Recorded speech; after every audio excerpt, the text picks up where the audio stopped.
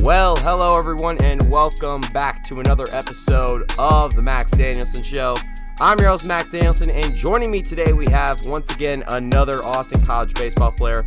What's new with that? I mean, every single week we have one, but then again, that's all we got up here, and I can't complain because they're always great guests. We got the man, the myth, the legend, Sergio over here. Serge, welcome onto the show, my man. What's up, Max? How you doing? I'm doing pretty good. How about yourself, man? I am great. I'm ready to go. Well, Serge, it is tradition around here on the show. First of all, I ask you what you do here at Austin College. We know that you're an Austin College baseball player, what you're majoring in, and then what your favorite sports teams are. Okay. I'm majoring in math, and my favorite sports teams are the Cowboys, the Mavericks, Manchester United. Shout out to them in England.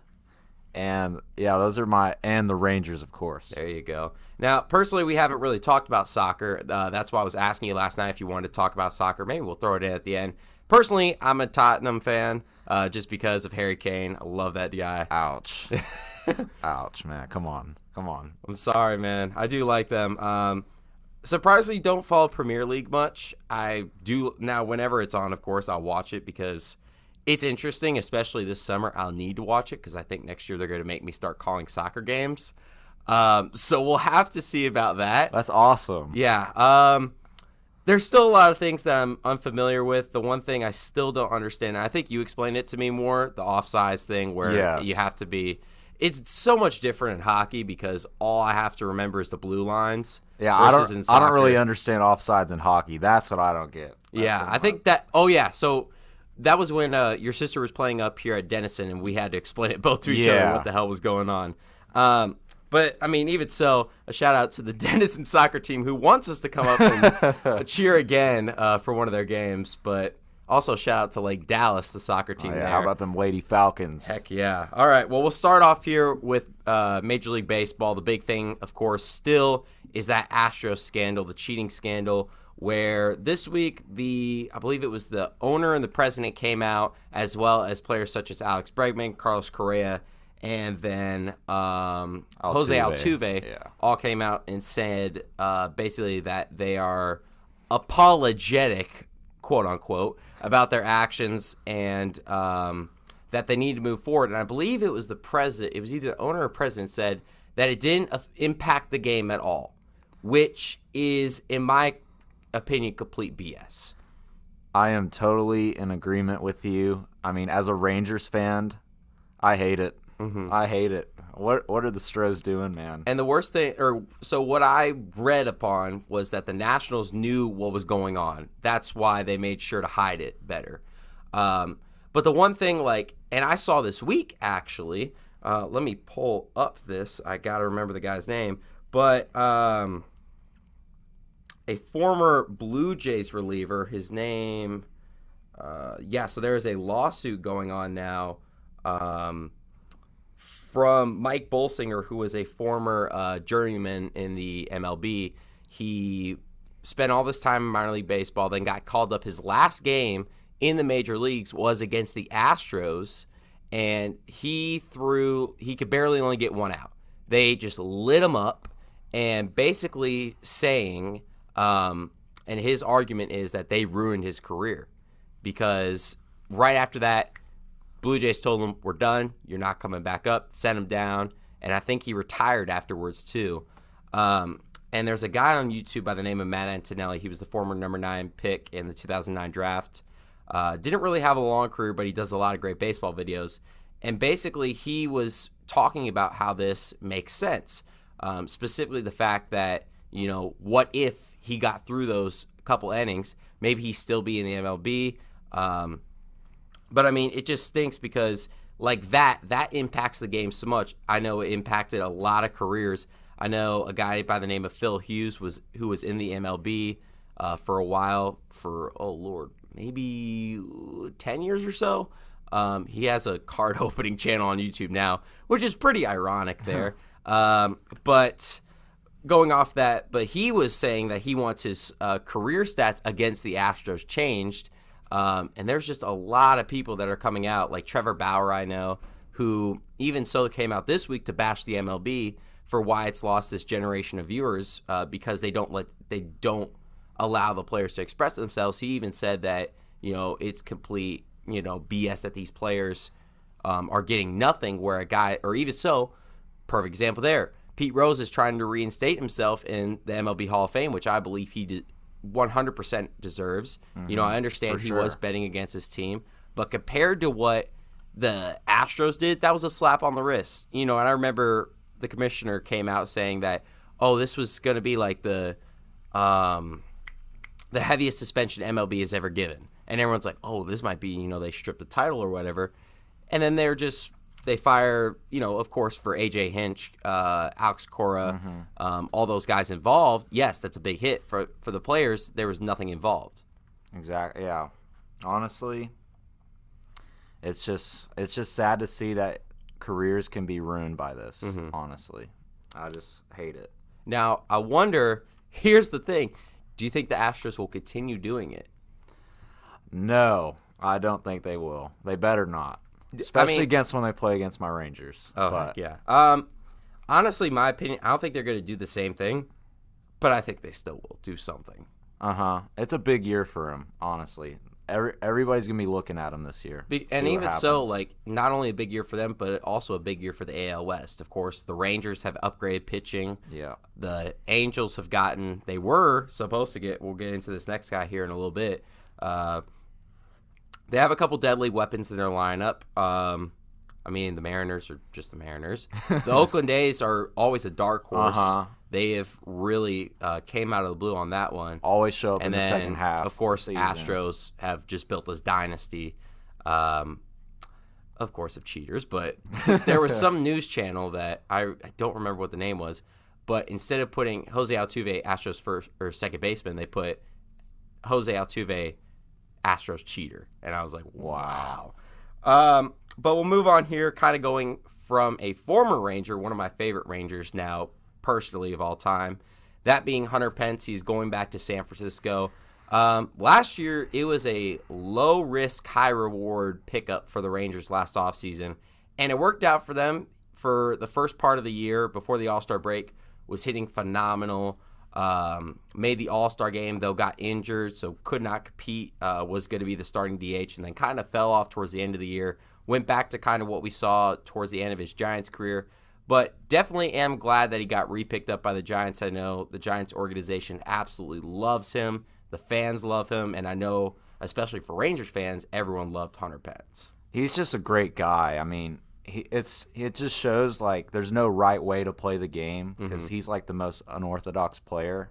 He really is. I don't know if you saw Fox Southwest did a documentary called The Pence Method, where when he went to the Dominican last winter to reinvent his whole swing, and it's about 25 minutes. For my viewers who haven't seen it, highly recommend watching it. Go look it up on YouTube. But it basically just went through his entire offseason, what he went through with the Giants kind of towards the end, where they told him, we're not going to pick you up again, and then having to find his team, and then at the very end that the Rangers called and said, hey, we're going to sign you to a deal, and it kind of was just from there, it just went up. But Hunter Pence, the story that he has, especially, like you said, being one of the more unorthodox players in Major League Baseball, his swing, everyone knows it. It's definitely an interesting one. But he is also one of the players that when you need him to get on base, he's going to get on base. Not necessarily the most power guy, but I like to think of him more as a Tony Gwynn guy where you're going gap to gap. Very clutch. But we're going to move on here to what was last week, the biggest topic being the Mookie Betts trade with the Red Sox, Dodgers, and Twins. However, that got held up due to the Twins pitching prospect having some medical issues, but it was reworked out. And they got Jeter Downs along with for the Red Sox because the Red Sox, of course, realized, we're only getting Alex Verdugo out of this. We should probably get someone else. And Jeter Downs is a great prospect that was in the Twins organization.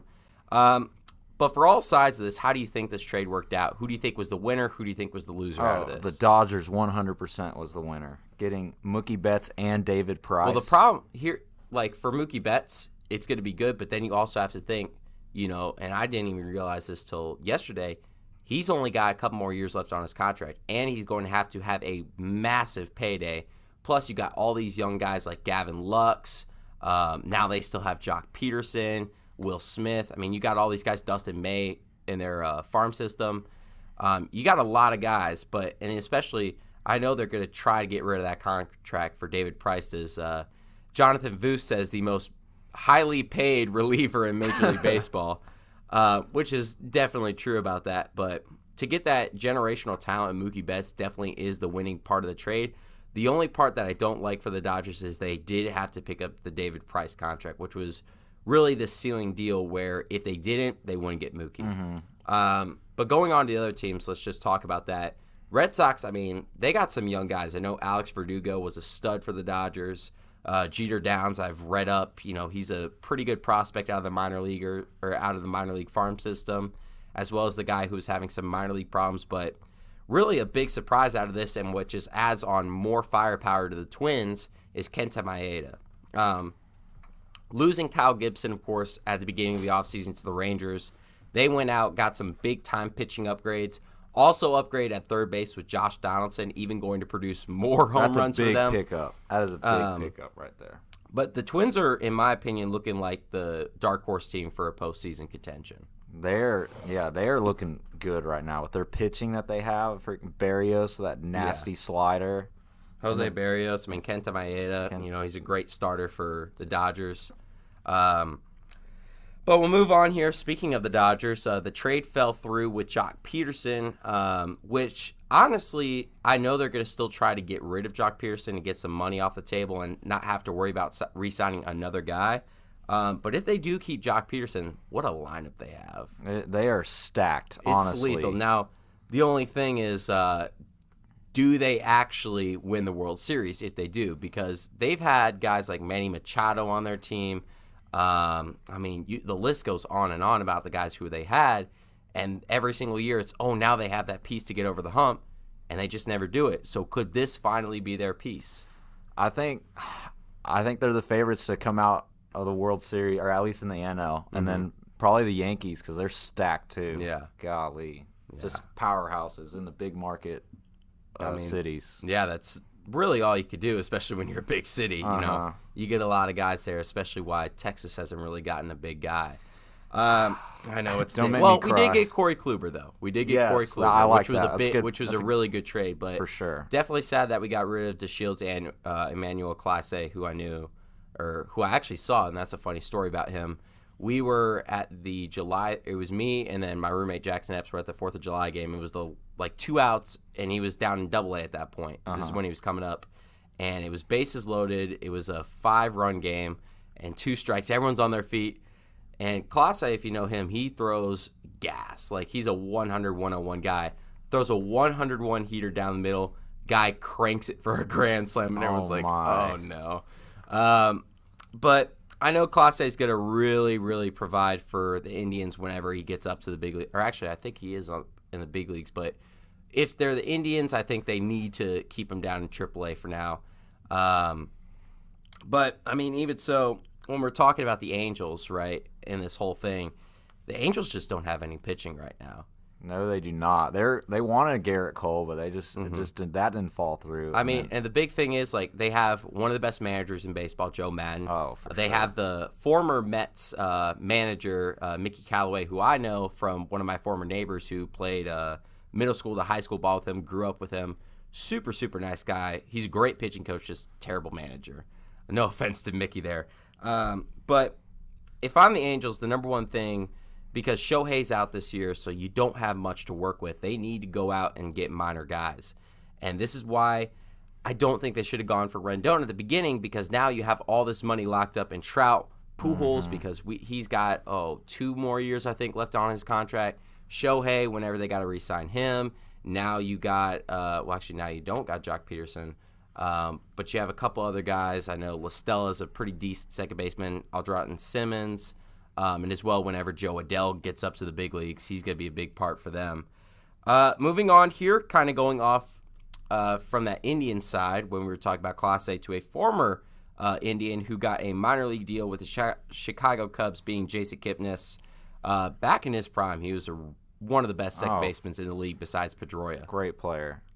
Good veteran presence for the Cubs, and I think I think they'll be fine with a lot of veterans that they have. I think it will too, because even so with a minor league deal, it's a low risk, high reward. And it's the same thing how they got Pence last year with the Rangers. So if he could get back to where he was, and I know he's still got a lot in the tank left, Cubs could be looking pretty good too, you know. And They're I know, always there with, Brian and Rizzo. well, and the thing about Baez. Rizzo also, from what I heard, is he's mad at the Cubs organization. I don't remember specifically, but I think it has to do with something in his contract or some monetary stuff. But we'll have to see how that plays out too. I heard something about like the Rangers maybe trying to go after Chris Bryant. I did see that because they still need a third baseman. Even though they do have the insurance spot with Todd Frazier, they still need to go after him. And I think Bryant could be a good one. Maybe not Arenado necessarily because he can opt out after 2 years, but Bryant you have a little more time with. But we'll just have to see. Plus, on the positive too, him and Joey Gallo, from what I remember, they both grew up in Vegas. I know Harper and Gallo played on the same team. I don't know, though, if Bryant and Gallo did. But I know they grew up in the same area, so there's that too. And then finally moving on into MLB baseball, still going on with the Red Sox. They signed a pretty good center fielder.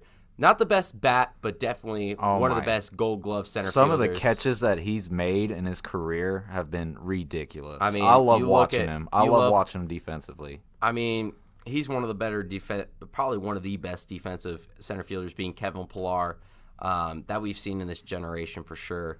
Of course, you have guys like Mike Trout, Adam Jones when he was in his prime. But Kevin Pillar is a different type of guy. I mean, last year got designated for assignment from the Blue Jays, then got picked up by the Giants.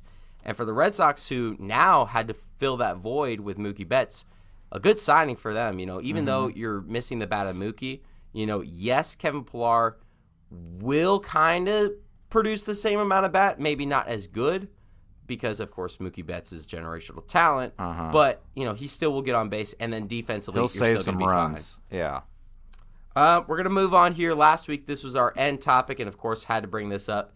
Being the start of the XFL, and honestly, Serge, I could say I freaking love this league already. I am with you. It's just refreshing, honestly. Like, this is perfect for football fans. I mean, after the NFL. Not only do you have guys shotgunning beers after the game, you have guys just having fun, the on-field interviews. I.e. Pat McAfee there. Gotta love him. I mean, there's just so many things that I like about this league. And really, if the one thing about this league is, unlike the Alliance Football League, this one has a chance to last because the Alliance came out of nowhere. This one, it was building up since its collapse in 2001. And, of course, they decided to reinvent it. They wanted it to be more football-based, where back in 2001, it was to bring the both sides of WWE and NFL football, which did not coincide with one another. But now you bring in this whole new aspect of football, and I just like this idea. Number one, the idea of two forward passes, the shootout at the end of games. If it's in overtime with field goals, I think that's a great idea. The extra points, you get 1, 2, or 3 points, depending on how far you start at. Yeah, I mean, there's just so many things, and I'm even going to go try to see a game soon, which is going to be fun to watch, of course, with the Dallas Renegades. Oh, yeah. It's my team right there. Yeah, for numerous amount of reasons. But we'll go on to kind of how week one ended for that. The DC Defenders defeated the Seattle Dragons 31-19. The Houston Roughnecks defeated the LA Wildcats 37-17. Sorry about that. The New York Guardians blew out the Tampa Bay Vipers 23-3. And then, unfortunately, the Dallas Renegades were upsetted by the St. Louis Battlehawks 15-9. They were 9-point favorites going into the game. Landry Jones was not starting in this game. They put in Phillip Nelson. Phillip Nelson, who was apparently, from what I saw in an interview from last week, he was, before he got to the XFL, he was an Instagram model and an underwear model from Coach Stoops, what he said in his one. But he was a quarterback. Can't remember from where specifically or what college he went to, but that's besides the point. But with Landry Jones starting this week, it's going to be big for them. He was a monster at OU, and, of course, having his head coach Bob Stoops with him, he knows how to play him. And, Bob Stoops is a guy who's only lost 6 games in his whole career. So, and even so, the Dallas Renegade game, the first one, that was only a sixth. That was his sixth one of all time. Yeah. Which, I mean, that shows you the amount, of head coaching talent that they have. But, and even so, we talk about Phillip Nelson. He played absolutely terrible in the game. We just couldn't find the end zone. We had 9 points, 3 field goals. But Landry's going to be back. I know Pat McAfee was happy with that. There was also, in that game, I know it has been around the internet so many times, the perfect punt, and Pat McAfee was losing his mind about that. And the guy from the Battlehawks just took it right in the end zone. He's like, what are you doing? What are you doing? That was hilarious. It would have been, because it literally was taking a bounce to sit right on the 1 yard line, and the guy from the Battlehawks just came out of nowhere. That was the old Raiders punter that punted that, right? I believe so, yes. King. And the best part, and why I like the XFL, is they went right afterwards and talked to the guy. They're Yes. like, why did you do that? And to be fair, and Pat McAfee asked him this, and that was the best part about it. He's like, I know you know what I'm here to ask you. Why did you do that? He's like, well, because I thought the guy touched him. He's like, okay, fair enough. You're right, up in the booth. And then he just left. But I absolutely like it. The last thing I want to ask before we go to a commercial break is, do you think the XFL should look to change anything within its first week? No. I love the way it is. It's going to last. It's going to last a lot of years, and I want to go to some games. I hope it does with that. I think it'll last definitely this year, but in the future, it'll all have to depend. I know the Dallas Renegades had a humongous fan base to start out. There were like 17,000 people there, I'm pretty sure. And hopefully that number continues to grow, because I know it's a lot more exciting than it was the first time around. So we will just have to see about that. So we're going to go to a quick commercial break. When we come back, we're going to be talking about the NBA, the NFL, and a little bit of the NHL here. So don't go away. We will be right back.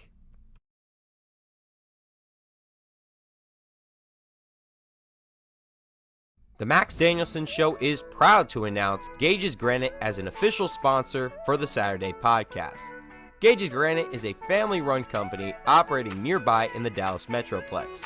They offer custom granite, travertine, onyx, and marble countertops to homeowners and businesses since 2000. Give them a call today at 972-243-6097 or visit gagesgranite.com or on Facebook and Twitter. You can also stop by the main showroom located at 2427 Glenda Lane in Dallas. Gage's Granite, a proud sponsor of the Max Danielsen Show.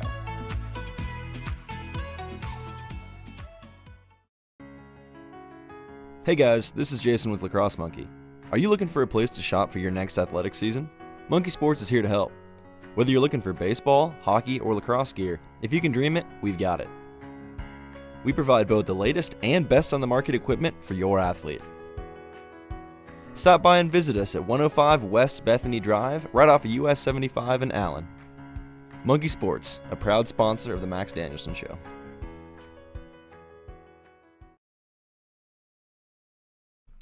And welcome back to the Max Danielsen Show. Where we left off, we talked about the MLB with the Astros scandal, a couple other trades and signings, and then went into a recap of the XFL that week.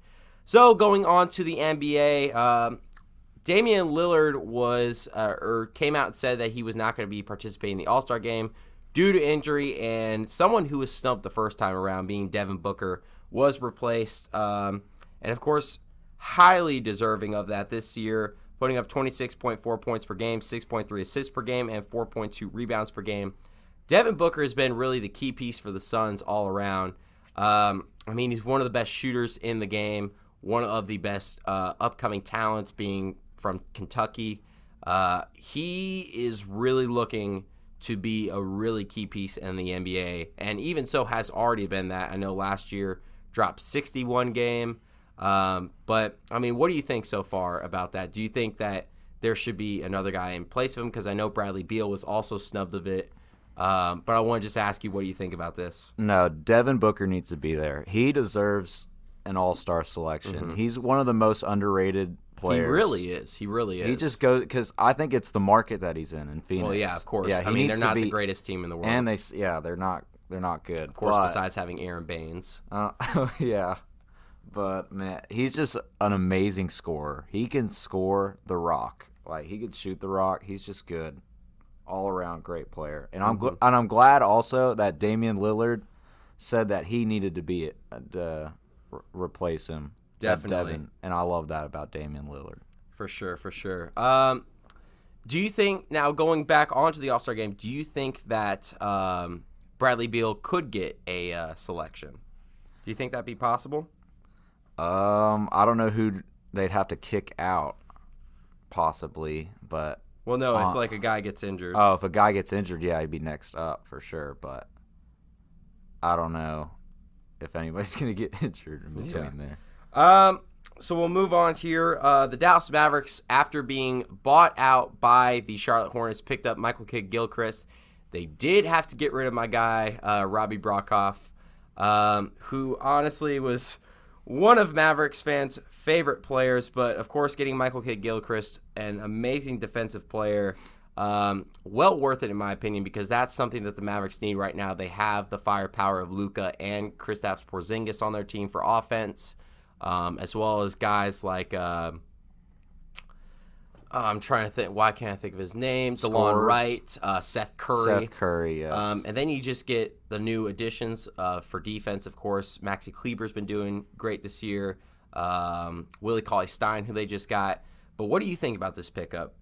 Another Kentucky dude, Michael Kidd-Gilchrist. Good. He's definitely gonna. We need some defense for sure. For sure, yeah. That's good. That's the only even issue so, with like our you look at his numbers. Team, I feel whenever he's not, like, he's never been on a good team. And honestly, he should be getting starter minutes. And they're not giving him starter minutes here, which stinks because, honestly, I think he could be the starting center here if they wanted him to. Run Kristaps at the 4, put Cauley-Stein at the 5. Then you have Luka running the point, or probably Seth Curry at the 3, and then Dorian Finney at the Seth Curry at the 2, and then Dorian Finney at the 3. But speaking of the Mavericks, Luka Doncic just came back from injury and had a massive game against the Sacramento Kings. 33 points, 8 assists, 12 rebounds. I mean, what's more to say about Luka Doncic? Luka Magic, it's insane. He's my age, or maybe like a year older. Yeah, I don't even know. Yeah, he is our age. It's insane to think about, and he's just been doing it ever since he was in Europe when he was like 16, 17, balling out over there. Just brought it over here and hasn't looked back. I mean, honestly, he is. And the one thing like that scares me about Luka is the ankle injury, because it's happened now twice to that ankle, and I'm worried. Now, I do have faith in the Dallas Mavericks medical staff. Of course, they're one of the most highly regarded ones in the NBA, so I think he'll be okay. But for him to do it twice on the same ankle, it's a little bit weary about that, but I have faith at least still in him. We'll move on to the NFL. This just came out, so I'm going to put this ahead of the first topic, being the Redskins releasing Josh Norman. What? Which is big. What? Yeah, that just happened? Wow. It just happened because we are recording this Friday morning at 10 a.m., and this came out, if I'm not mistaken, literally at 9. Which is extremely big. Of course, this is our first reactions to this. Josh Norman being one of the best corners in the NFL, along with Jalen Ramsey and Richard Sherman. This is big, and this just opens up even a bigger market for the NFL free agency, which is about to start in, I believe, 4 days.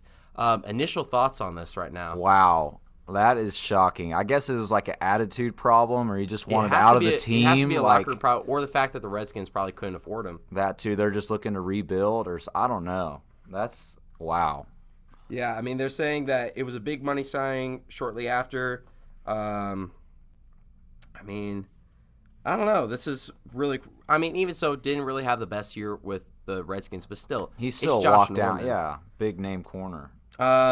But dang, that is really surprising. And I mean, hopefully my Green Bay Packers can pick him up. We could always use a new corner. I think our Cowboys want him more. We'll have to see. Yeah. Honestly, I don't know where. Okay, well, let's talk about this. This is a great topic. Where do you think he could go, actually?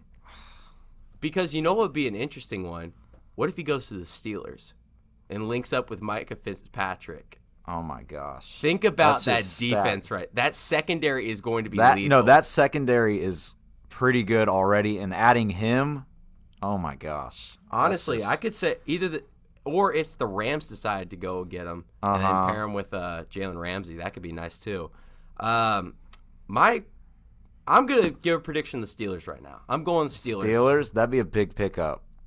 If I had to guess one team that would be interested, probably LA Rams. I think they're gonna go after him for sure. We'll just have to see, especially with free agency starting up in the next couple days. More like the LA Lambs. The LA Lambs. We'll just have to see how that goes up. But and we'll also have a prediction about this guy here in a sec.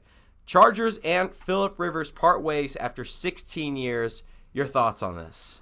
It was 2 years too late, I think. But he's just been off. I don't know what the shell of his old self for sure. I mean, he was one of the better quarterbacks when he was in his prime for sure. He is the man that literally could field a baseball team with his kids. And I believe if he plays as well, you have two teams that could go head to head there. But aside from that, I mean, he was really a big part of the Chargers when they were just starting up. When they traded away Drew Brees, he stepped up, became a major part for them. It does stink the fact that his time is coming to an end, but going on with that, I think he will have no problem finding a job somewhere to finish out his career. And with that being said, where that could be, I have no clue. Now, do you see him starting ever again? I probably just see him as a backup somewhere. It all depends. Honestly, where I could see, now this is going to be an interesting discussion here, but it all depends how Dallas goes along with Dak Prescott. If they franchise Dak, they're not going to go get him. But I believe if they are looking to trade him, I think they'll go after Phillip Rivers. I really do think they'll go after Phillip Rivers because the problem is I don't think they should go after Tom Brady to start off with because you only have 1 year with him, and what's the point with that? I don't get that. Yeah. With Phillip Rivers, you maybe will have 2 or 3 years. That will give you some time for the draft to go find. And I know, everyone's going to get on me saying that, Dak's a pretty good quarterback. He's an average quarterback at best. I mean, I'm just here to say, I remember my roommate was talking about how, he's an MVP 3 games in the season. I'm like, yeah, because you're playing the 3 Pop Warner teams of the NFL. And there's nothing against Dak because I do like Dak Prescott. I think he's a great guy. I mean, you put him, for what he's worth, if people were realistic about what he was and what his worth was, yes, I think he is a good average quarterback. But people hype him up as this Tom Brady savior, and I just don't see it. I really don't see it. I don't see him as average though. I wouldn't say that. He's a little bit better than average. Come on, Max. I don't see him in the top. Okay, I think you're a little hard on him because all the hype that he's gotten. I get that. I get that. I think that is too because I did say, I do like Dak. There's 2 guys on the Cowboys who I do like.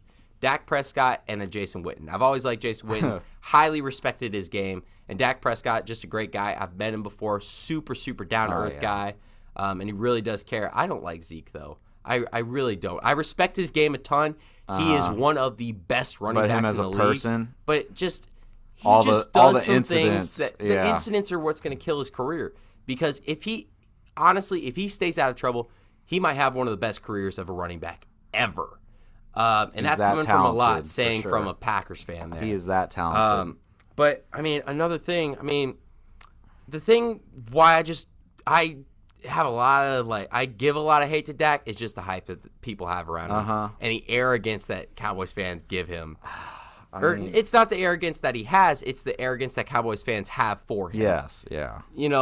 People make him out to be, and I know I keep going on and on about this, they make him seem like that's good. I like this. He is a good quarterback, but what people compare him as, he's just average. He is, skill-wise, a great quarterback. He's a guy that can work in the pocket, but there was a stat that went out, when he threw over 30 passes, every single time Cowboys lost. When he doesn't throw passes, Yeah, he feeds off the run game. He really does. That's all he has to do. And with Amari Cooper, I hate to say this, and this might get me some backlash too, I think Cooper's a little bit overrated for what he's been said as. And the reason being, Cooper is, yes, one of the best wide receivers in the game. He's not the best route runner in the game. He really isn't. He can make some terrific catches. I will give you that. But at the same time, when all you have to do is double team him, he's locked up. I mean, and even so with an average, starting corner who can lock him up, you're not going to get much production out of him.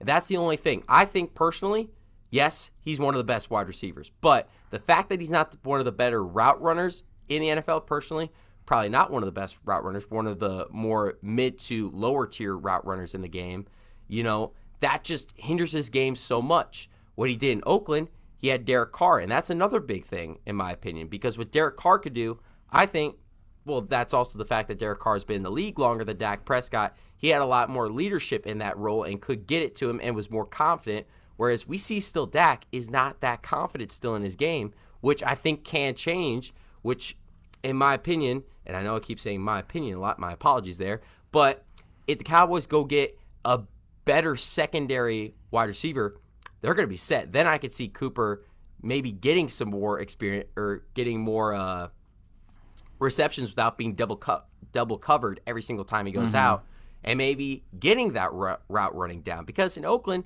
he did have some good route running there. But when he got to Dallas, everyone knew, all we have to do is cover Amari. And there's not much route running you could do when you're guarded by not only the corner and the safety. Yeah, he's had some big games though. I feel. I will admit, yes, he has shown up in some games. That catch against the Cowboys or against the Packers, that was big for him. But also, I mean, Amari's been great. I'm not going to complain, but at the same time, he's had some key drops. I feel like in some tight games that we needed some catches. But at least it's not as bad as when Terrence Williams was on the team. And in terms of Dak, I mean, yeah, he still needs confidence, but I think it grew a little this year. It did. I think it did. He was slinging the ball more than I'd ever seen, like the whole year. He was. At the beginning, I think, is where he got his confidence. Now, once he started playing some better competition, that's where I think he lost it.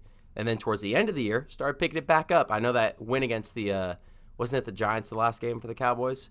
To be honest, I was so mad I didn't even watch the game. It was the Giants because they were blowing them out, and then Eagles came out. It was a very frustrating year. I mean, that game also was a great game by Dak, And again, this is the last thing I'm going to say about Dak before we move on here, because we got one more thing about NFL, and then we got to move on, is the fact that, and this is another reason why I downplayed Dak's ability, is because of the amount of money they're saying he's worth.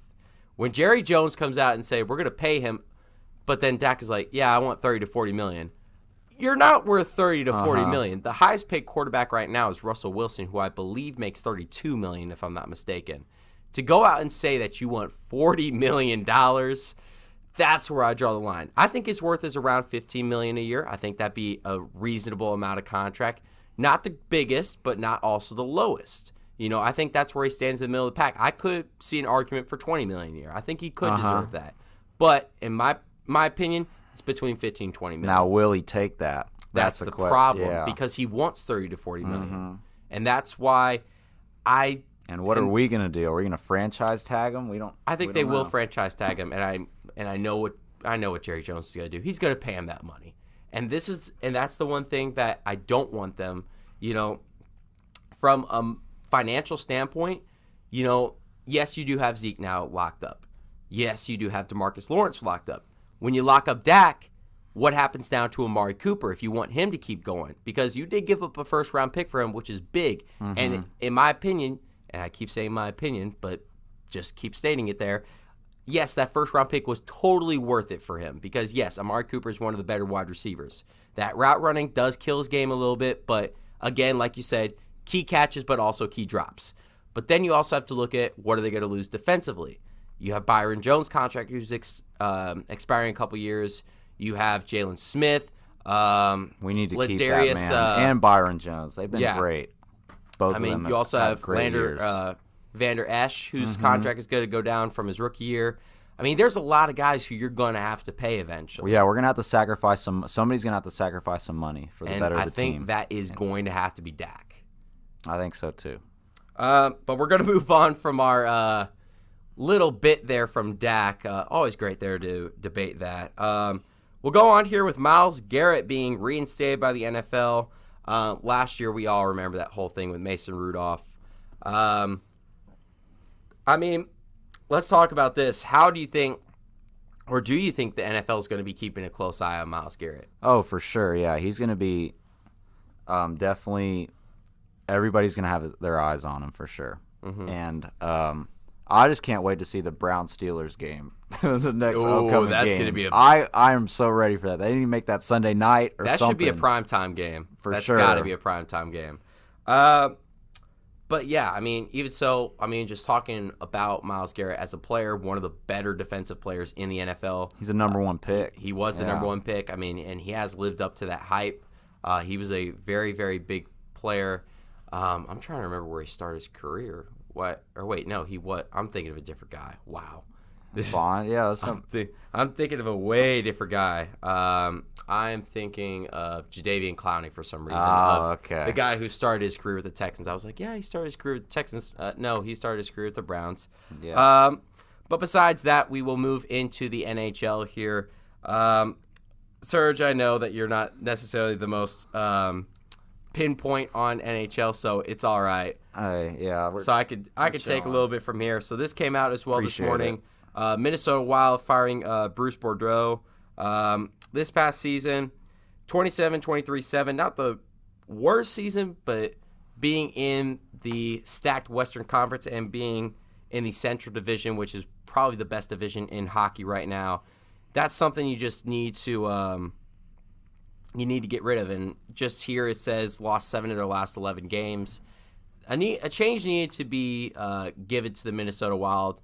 And even though Boudreau is one of the better coaches in the NHL statistically, it's something that needed to be gone. So going on from that, and especially now something the Wild had to get rid of, being their winger, Jason Zucker, who is now going to the Pittsburgh Penguins.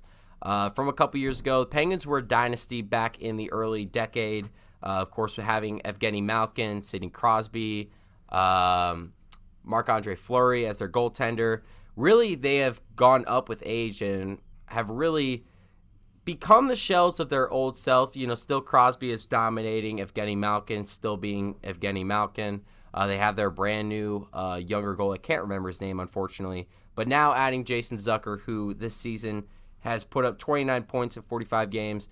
It's a big piece for them. I could see him going right into their first line or at worst second line for them. And then finally, Serge, I don't know if you saw this. Maybe you did hear about this at least, that during the Anaheim Ducks and St. Louis Blues game, defenseman Jason Bouwmeester collapsed on the bench, and they had to postpone that game. Now, it's very similar to the situation that happened between, I believe it was the Dallas Stars Columbus Blue Jackets game with Rich Peverly having a heart attack on the bench. From what I have read, I don't think it's the same thing, but I could be mistaken. But it definitely is a little bit scary, and I know some people are like, why would they postpone the game? Well, if your teammate collapses on the bench, I don't think you really want to play the rest of that game. No way. That is just scary stuff. That's just accidents, tough accidents, honestly. It really is. So hopefully he has a speedy recovery there, and hopefully we'll see him back on the ice. We're going to take one last commercial break here, and when we come back, we're going to be talking a little bit about college sports with basketball and football. So don't go anywhere. We will be right back.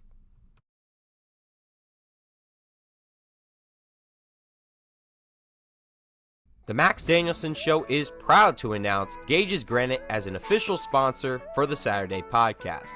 Gage's Granite is a family-run company operating nearby in the Dallas Metroplex. They offer custom granite, travertine, onyx, and marble countertops to homeowners and businesses since 2000. Give them a call today at 972-243-6097 or visit gagesgranite.com or on Facebook and Twitter. You can also stop by the main showroom located at 2427 Glenda Lane in Dallas. Gage's Granite, a proud sponsor of the Max Danielsen Show.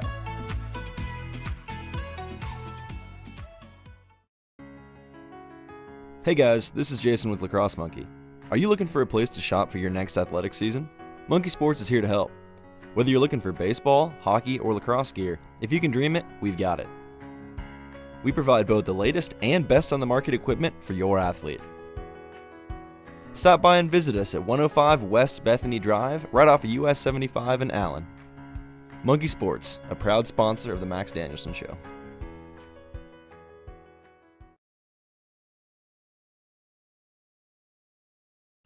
And we are back here on the Max Danielsen Show where we left off. Talked a little bit about the NFL, the NBA, and then the NHL. Had to remember there for a second what our first topic was. But then we're going to wrap up this episode with going into college athletics, being Michigan State hiring Mel Tucker as their new head coach after firing Mark D'Antoni last week. Tucker originally declined the offer for Michigan State at first, but when more teams, and this is what they're saying, when more teams started declining, or more coaches started declining the offer, they had to up their offer, and then Tucker decided to finally accept. He only coached 1 year at Colorado, went 5-7 there. It'll be interesting to see how this year works out, especially losing a coach like Mark D'Antoni, who is a renowned coach in the coaching world. What do you think about this? What do you think from Michigan State's standpoint?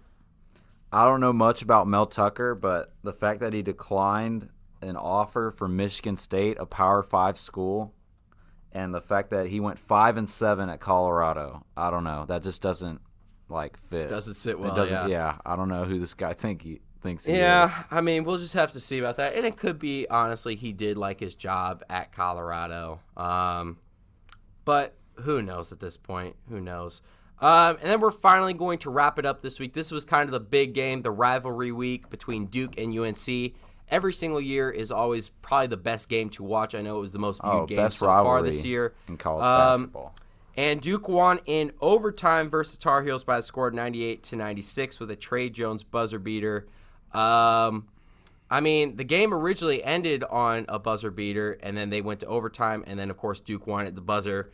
There's actually a video on the Duke Twitter page about the game, and if you go to about 5:50, you'll see Jackson Epps with his reaction on the hype video of it, which is really, really cool. And I know he is a humongous Duke fan. And he was like, dude, I made the Duke basketball hype video. I was like, you what? And he showed me it, and I was like, dang, that's really, really cool. But this is a big win for Duke, especially being upset a couple times this year. Mm-hmm. And this could really reinstate them into a sort of dominant role coming into March Madness here in just a little bit under a month. What a game. Holy crap. Literally, Duke has done this in Chapel Hill 3 times now with buzzer beaters, just killing UNC. And even so, UNC, they've played down kind of what they are projected this year. Of course, Cole Anthony, who was projected at one point to be the number 1 overall pick, not looking like that at all anymore. Looking like easily a top 10 pick, but nowhere to where people were projecting him at the beginning of the year as he started off extremely good. Then he got hurt against Maryland. He did get hurt. I think that didn't help. And then just wasn't the same when he came back from what he was dominating at the beginning of the year. But going into March Madness, who do you think is going to be the big team to beat? Of course, Baylor has been really great this year. Kansas has been great this year. Duke's coming back up through the ranks. Who do you see being a big threat? See, there's no clear cut, they're stacked, they're going to win. Not this year. It's different. And I feel like definitely Baylor's definitely a threat because they're just good all around. And then they always are. Yeah, they always have been. I honestly think a dark horse is Michigan with Juwan Howard. Ooh. That's who I think. I watched him play in Battle for Atlantis, against, I believe, I might have been UNC, honestly, and they just blew him out. That's an interesting dark horse team. That's my dark horse right now because they got a stack. They got a good team. I feel like they could shoot the rock. That's dang. I wasn't even thinking that. Baylor this year looking phenomenal. Of course, then you have San Diego State. Yeah. Even though they haven't played anyone still yet. Yeah. But honestly, I could see with this big win against UNC at Chapel Hill, this could turn Duke's season around, really. Even though they've had a great one, but they have been upset a few times already. Oh, for sure. And I think that's what's going to be really, really good, especially this year's March Madness, how many big upsets there have been already this year. I think that's going to be a big role when we see March Madness start up here in a little bit. And why I'm really, really excited for this year. It's going to be awesome because it's going to be a tough bracket to pick, though. It definitely is going to, especially with the amount of, I guess, instability between who could win that game versus in years prior, if it's Duke, Duke's going to win. But now just seeing they've already been upset 3 times this year, you don't know what the heck could happen. You never know with Kentucky either. Kentucky might make a run. Or even UNC. UNC, yeah. Gonzaga, Baylor, Kansas, all That's those what I guys love. are big. This is going to be a good year. Even though the stars really aren't as good as I feel like as in past years, of who the top players. Yeah. But I think it's going to be a great competitive year. I think it definitely can't wait will for be, March. too. Yeah, I mean, it's only just a few weeks away. And I think that's going to wrap it up for this week's episode of the Max Danielsen Show. Serge, thanks so much for coming on. It's tradition, of course, I ask if you got any last things to say for the show. I just want to say thank you for having me here, Max, and go Roos. Go Roos. That's always a great one to end off. Well, that is going to do it for this week as I thank you from myself, Max Danielsen. And as always, have a pleasant good morning, a good afternoon, or good evening to you, wherever or whenever you may be watching. Thanks, y'all, and see you next week.